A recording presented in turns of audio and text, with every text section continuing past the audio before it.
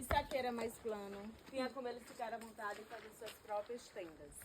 Só como já está com 86 anos da morte dele, esse córrego ele já saiu com bastante água, já teve várias erosões, por isso que hoje ele está desse jeito. Mas na época tinha como eles ficarem bastante à vontade. Na placa vai estar o nome dos 11 cangaceiros que foram mortos aqui. Aí tem um cangaceiro chamado Quinta-feira. Esse foi o quinto cangaceiro que fez parte do bando Lampião. As Holandas, quando matavam os seus cangaceiros, se Lampião gostasse daquele cangaceiro, ele colocava outro no mesmo lugar, com o mesmo nome. Por isso que esse foi o quinto cangaceiro. E essa placa ela foi colocada no ano de 1998 pela Prefeitura Municipal de Poço Redondo, na homenagem de 60 anos da morte de Lampião. Depois dessa homenagem foi da onde que surgiu o turismo nessa região. Lampião ele nasceu em Passagem das Pedras, hoje é conhecido como Vila Bela, em Serra Talhada, Pernambuco, por volta de 1897.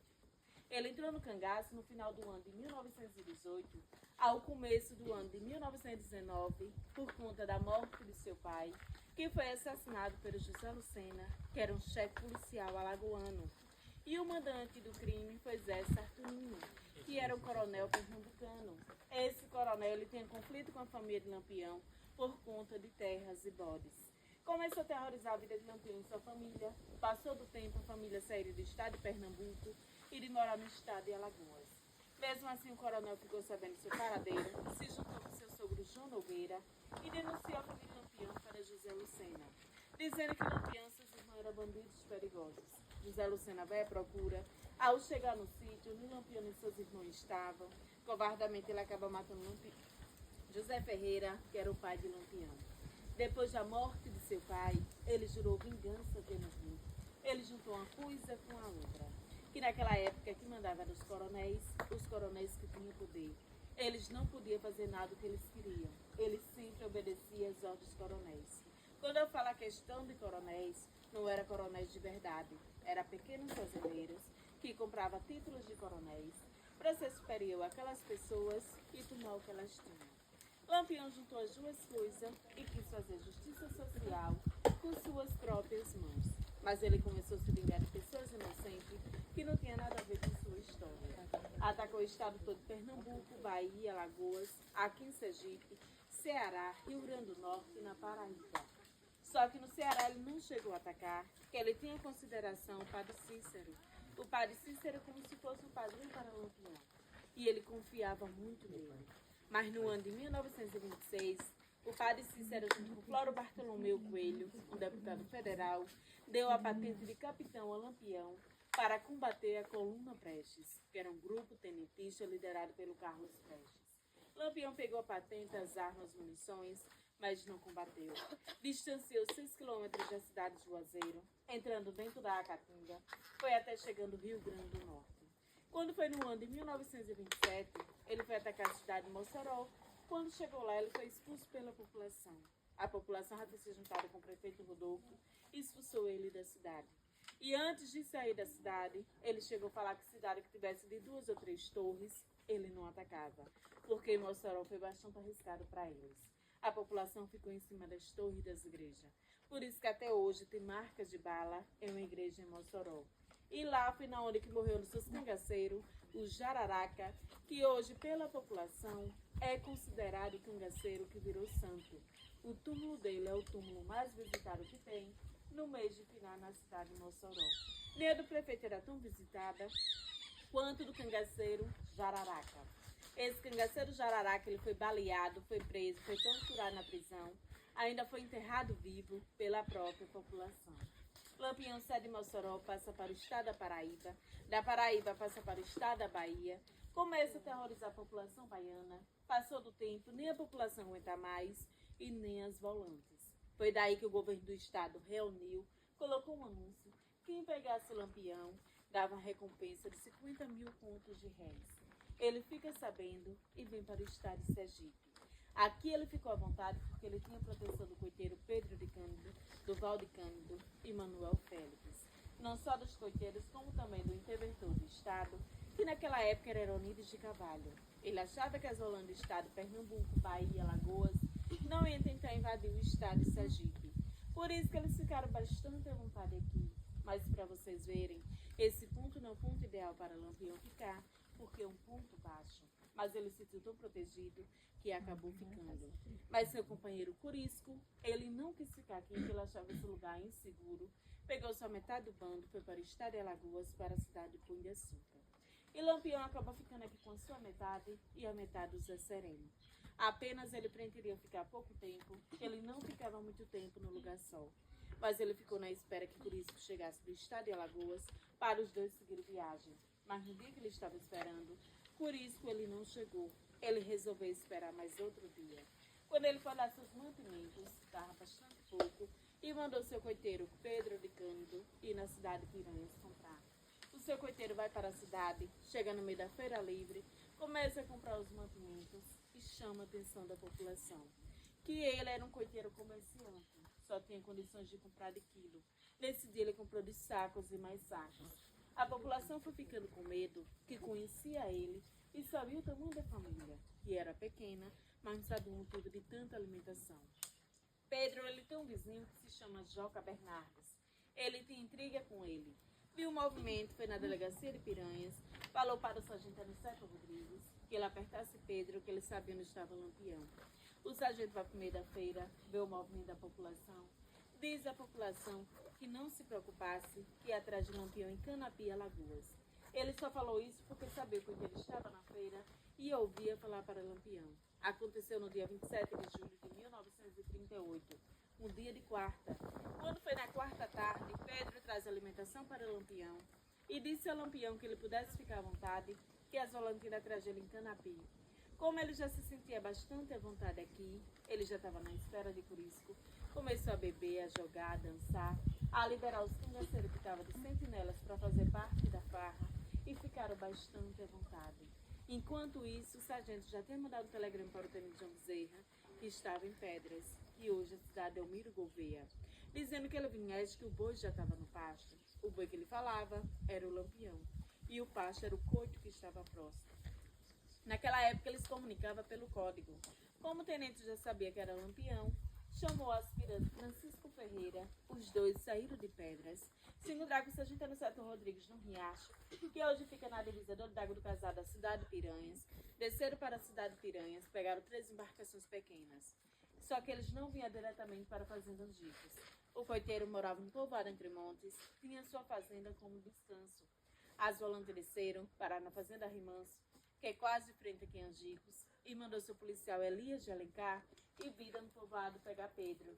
Os dois vão pegar Pedro e levar para a fazenda Rimanso. Daí eles começaram a apertar Pedro, perguntando onde Lampião estava. Ele não respondia, que ele tinha dado sua confiança a Lampião e ao mesmo tempo ele tinha medo. Mas as volantes começou torturando ele, arrancando suas unhas com punhal. Ele não aguentou mais a tortura e falou que Lampião estava na sua fazenda. As volantes seguem para cá. Ao chegar aqui, topa o irmão mais novo de Pedro, que era do Valde Cândido, pegaram os dois, fizeram esse mesmo percurso que vocês. Vamos dizer que vocês fizeram de meia hora. Eles levaram um pouco de 4 a 5 horas na quarta-feira, 10 horas da noite. Naquela época não existia trilha, eles que fizeram. E também eles traziam 3 metralhadoras, 2 Royal e 1 Begna. Essas metralhadoras vinham da Primeira Guerra Mundial. E naquela época Getúlio Vargas queria o fim do Lampião. Como eles chegaram no alto das perdidas e se dividiram, como o tenente seguiu em frente, ele trancou essa área. O aspirante, como foi à esquerda, trancou essa área. O sargento Aniceto Rodrigues, como foi à direita, porque dizem que ele teve medo e se perdeu, essa área foi a área que ficou aberta, onde os 24 financeiros conseguiram fugir. Só que eles não atacaram o bando Lampião no mesmo dia. Deixaram o dia amanhecer, que era a época de inverno, fazia bastante frio e muita neblina. Quando foi na quinta-feira, dia 28 de julho de 1938, 5h15 da manhã, Lampião sai da sua tenda, manda seu cangaceiro amoroso no posto Tamanduá, que fica a 100 metros da grota, pegar um cantil de água. Esse cangaceiro vai nesse posto Tamanduá, ao chegar lá recebido com o primeiro tiro.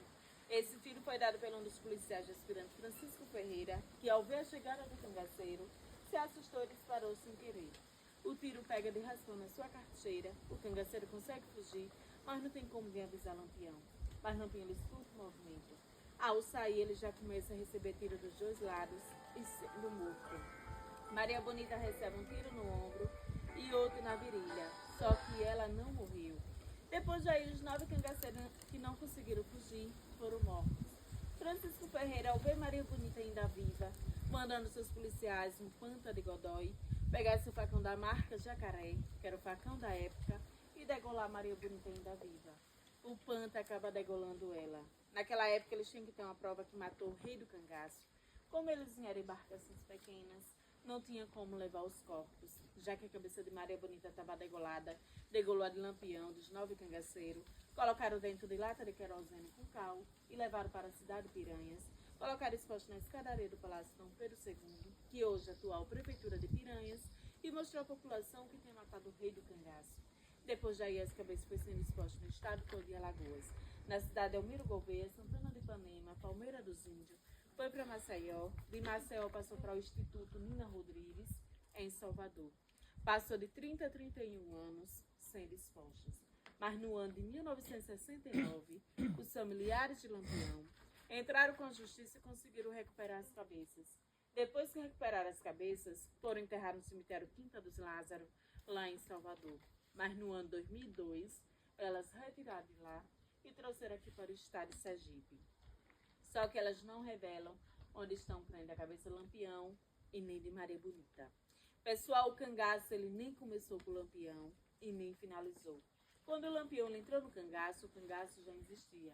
Surgiu no século XVIII a XIX com José Gomes Cabeleira. Só que o cangaço não era falado. Só passou a ser falado depois da entrada do Lampião. E o cangaço ele ainda continuou com o Curisco. O Curisco ele fica sabendo da morte do seu capitão. Vai perguntar a Joca Bernardes quem foi que denunciou. Ele ficou com medo porque tinha sido ele. Ele chegou a falar que tinha sido Domingos Ventura. Era um senhor que não tinha nada a ver com a história do cangaço. Por isso que vai na Fazenda Patos e acaba matando Domingos e sua família. Não chegou a matar a família inteira porque Dadá, a esposa de Curisco, conseguiu salvar uma criança das garras dele. Mas mesmo assim ele foi em cima de Dadá para matar essa criança, mas ela não deixou. Ele fez a mesma coisa que as Holanda. Arrancaram as cabeças dessas famílias, colocaram dentro de um balaio e mandaram para o tenente João Bezerra, dizendo que era para vingar a morte do seu capitão.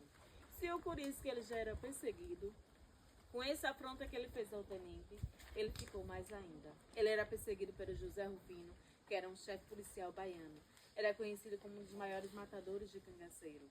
O José Rufino ele tem uma sede de matar Curisco arrancando sua cabeça. Chegou a entrar em conflito com Curisco, mas não conseguiu matar porque Dadá foi a única moleque no fim do cangaço, conseguiu pegar em armas para defender o Curisco. O Curisco ele perde os movimentos dos braços e não tem mais como comandar o bando. Depois de aí a Dadá ela foi a chefe, mas alguns cangaceiros não concordavam de ser mandado pela mulher. Teve daqueles que saíram do cangaço, mas mesmo assim ela continuou. Quando foi dia 25 de maio de 1940, eles decidem sair desta vida do cangaço. José Rufino fica sabendo, vai à procura e acaba atingindo Dadá com um tiro no pé. Ela não cuida do ferimento e acaba perdendo a perna e vai sendo presa. A Dadá ela cumpriu com a pena de 6 anos e depois viveu sua vida normal em Salvador. Ela faleceu no ano de 1994. E o Curisco ele foi baleado, mas ele não chegou a ser morto no dia 25 de maio. Ele morreu na madrugada, dia 26 de maio do ano de 1940. Depois da morte de Curisco, encerra a história do cangaço. Hoje o cangaço Nordeste tem mais de 170 anos de história. Alguma pergunta? Alguma dúvida? O Curisco morreu como? Ele morreu natural ou foi... Não, ele foi baleado. Só que morreu depois. Morreu 2 anos depois da morte de Lampião. No dia 26 de maio do ano de 1940. E essa Dadá que assumiu é a mesma que foram matar a família na fazenda, que estava com uma criança nos braços. Ou é outra Dadá? Essa mulher Dadá que assumiu o bando, o comando do bando posterior. É a mesma Dadá, viúva, que foram matar na fazenda Maridela, que estava com uma criança nos braços. Acho que não. Não sei. Porque a Dadá ela já fazia parte do bando, que era a esposa do Curisco. Ela entrou, na verdade, ela foi habitada da casa dos seus pais com 13 anos de idade. Mas alguma pergunta?